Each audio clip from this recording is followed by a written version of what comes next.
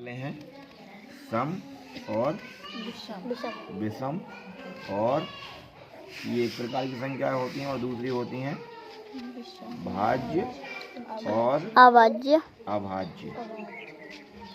तो सबसे पहले हमारी संख्याएं होती हैं जैसे 0 होती है, 1 होती है, 2 होती है, 3 होती है, 4, 5, 6, 7, 8, 9 ये संख्याएं होती हैं। इधर देख लिया कर, जब देखते हैं तब पिंटू है ना, इधर बता दिया। बात समझ में आ रही है आपको? तो अब जैसे कि इनमें से 1 है, 2 है, 3 है, 4 है, ये अपनी कोई मान लो संख्याएं हैं। तो 1 भी किसी के पहाड़े में नहीं आती, स्वयं के में आती है। 2 भी किसी के में नहीं आती, वो भी स्वयं के भी आती है। 3 भी किसी के में नहीं आती, वो भी स्वयं के में ही आती है। 4 आती है। 4 किस में आती है? 2 के में आती है। तो सबसे पहले हम समझेंगे सम संख्याएं क्या कहलाती हैं। कौन सी संख्याएं? सम संख्याएं। तो सम संख्याएं वो संख्याएं हैं जो 2 के पहाड़े में आती हैं। 2 के पहाड़े में आती हैं। अभी आप भी समझ लो, आपकी कोर्स में भी सम संख्याएं वे संख्याएं हैं जो 2 के पहाड़े में आती हैं। यही समझ लो अभी आप भी।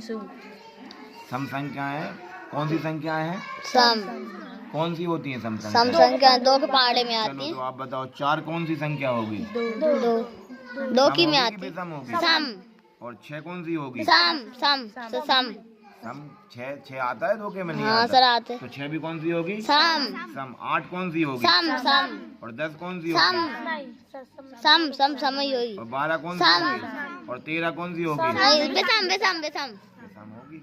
हमें यही तो ध्यान रखना है। 13 2 के पहाड़े में आता है क्या? जिसमें 2 का भाग नहीं जाता वो विषम। आपने एक सम क्या समझी? सम, लेकिन आप सीख 2 गए।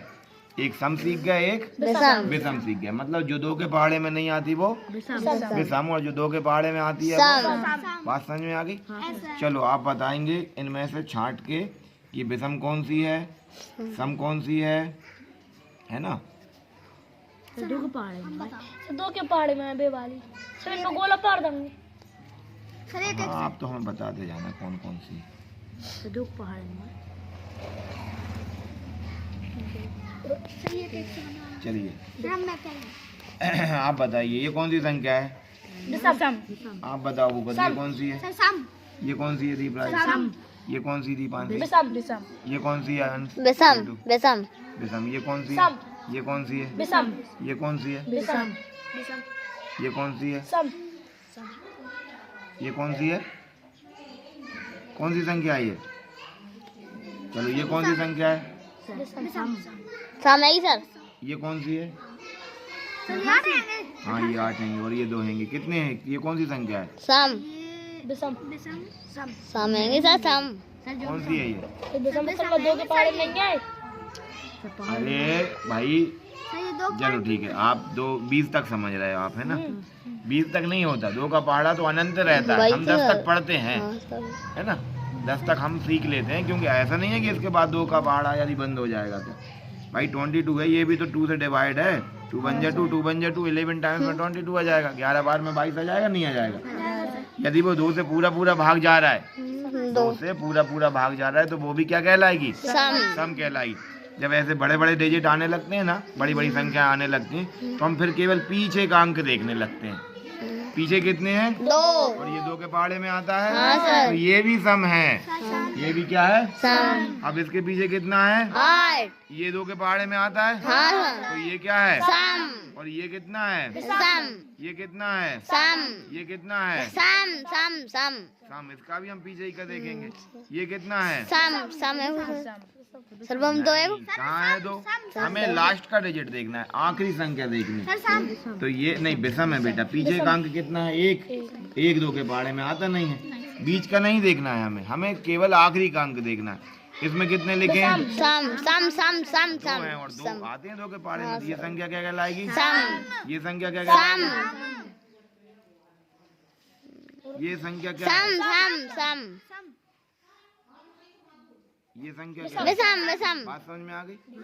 पूरी तरीके से क्लियर आ गई? अब हमारे साथ में कितनी भी बड़ी संख्या आ जाए, हम बता देंगे समय की विषम। हाँ सर। अब हम उसको कर देंगे भस्म। आ गई हमें पूरी समझ में? अच्छे से आ गई समझ में? अब हम सीख गए सम और विषम, है ना?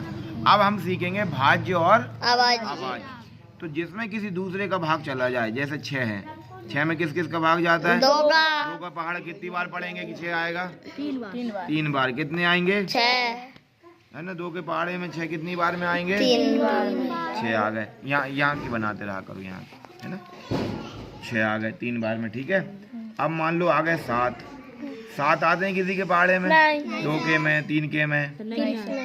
तो 6 तो देखो 2 के में भी आते हैं, 3 के में भी आते हैं, है ना। और 6 के खुद के पहाड़े में भी आते हैं। तो 7 किसी के पहाड़े में नहीं आते, 7 केवल किसके में आते हैं? 7 के में ही आते हैं।